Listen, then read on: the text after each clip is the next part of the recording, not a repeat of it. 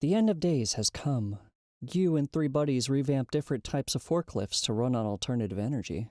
You all wander the wastes and help people with seemingly impossible tasks. You are the forkmen of the apocalypse. Legend tells of 4 men on steeds of steel, with hearts of iron. On forklifts they rode, faster than lightning, roaming from town to town, saving folks from certain demise. No one knew how they did what they did, but you could bet the bank on one thing. Wherever you found folks in imminent danger, they would come. They would always come. The old man leaned back in his chair, taking a long sip of tea. Fire crackled in the center of the gathered men and women. "Forklifts?" asked one of the younger men. "You're screwing with us. How dumb do you think we are?" The storyteller laughed, a deep and resonant sound. "Not a word of lie, boy. I know it for a fact." The young man crossed his arms, obviously offended. "How do you know it's true? You seen these magic forklifts?" The old man winked, a wry smile stretching across his face. "More than that, boy. These men saved my life once upon a time. After I tell you my story, I can even prove it." The others whispered at this, having heard the story 1,000 times, but never hearing of any proof. The storyteller waited for them to calm before continuing. "I was a boy of 20 years when the bombs fell from the sky, when the zombies arose from the ground, and when the aliens came down from the sky. But most importantly, I was 20 years old when they saved my life." "Bombs?" asked the young man, incredulous. "Like nuclear bombs? Those never went off. Aliens, sure, everyone knows that. Zombies, well, you could see 'em in the street. Nukes, though? No dice, old man." He chuckled again, wiping away a tear. "Boy, you don't know how wrong you are. The nukes created the zombies and called the aliens. They detected the EMPs from space. That's what brought them here to begin with. Now sit back and listen before I twist your ear." He took another long sip of tea, pausing for a long moment. "As I was saying, I was 20 when they saved my life. I was hiking through Seattle, that's up north, where the aliens reign now, and I were beset by a horde of hellish zombies. They followed my footsteps unerringly, never once losing the scent of my young flesh. I battled them in a fighting retreat. Every day I killed 12, 2 dozen, and every day they got 100 more. I swear, towards the end there were 10,000 of the bastards, shuffling on, never resting. I hid in a building, huddling up with the group of survivors.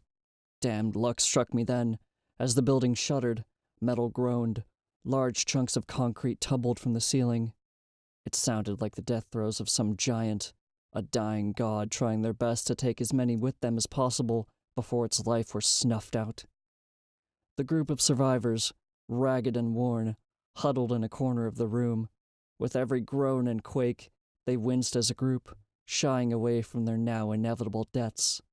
You could almost hear the huddled masses making peace with their gods, making peace with themselves. One small boy, however, did not pray. In fact, he didn't seem to be worried at all.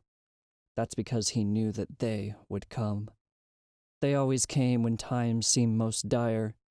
Me, I just asked God one simple thing: leave my pretty face unmarred. Just then, a miracle occurred. With a sound like an avalanche, the debris blocking the door slowly shifted, then gradually rose, looking much like a levitating act in a magic show. The group were stunned by the sight, struck dumb by what they thought of as nothing short of divine intervention. That is, until they saw 2 gleaming forks lifting a massive slab of concrete. No sooner than the debris were cleared, 2 forklifts sped into the room. Each carried one side of a heavy canvas secured to the right and left fork respectively. They hurtled through the room, directly towards the huddled group. Dumbstruck awe turned to absolute terror as they saw their lives being suddenly cut short. The boys simply cheered, having absolute faith in those that had come to save them. His faith proved well placed. Just as the forklifts were about to collide with the group, they executed a power slide, instead ending up directly on either side of the survivors. Just then, a massive slab of concrete fell from the ceiling. Instead of smashing the survivors, it landed heavily on the outstretched canvas. In a well-practiced maneuver, they slanted the canvas to one side, and the concrete slab cracked against the floor harmlessly. By now, 2 forklifts had cleared a route out of the building. The other 2 used the canvas like martial artists, weaving through the falling building with grace and fluidity. Not one survivor lost their life under the care of the forkmen. As they cleared the building, the 2 with the canvas sheet unfastened it. They honked their horns as they left, speeding off into the distance, off to save another who called for them. They all stayed silent for a long moment, realizing the story was at its end. "And? The proof?" asked the young man. The man smiled and stood, beckoning them to follow. He led them to a canvas-covered lump tucked away under an overpass. He pulled the canvas down, revealing a steel-gleaming forklift, shiny and new as the day it were built.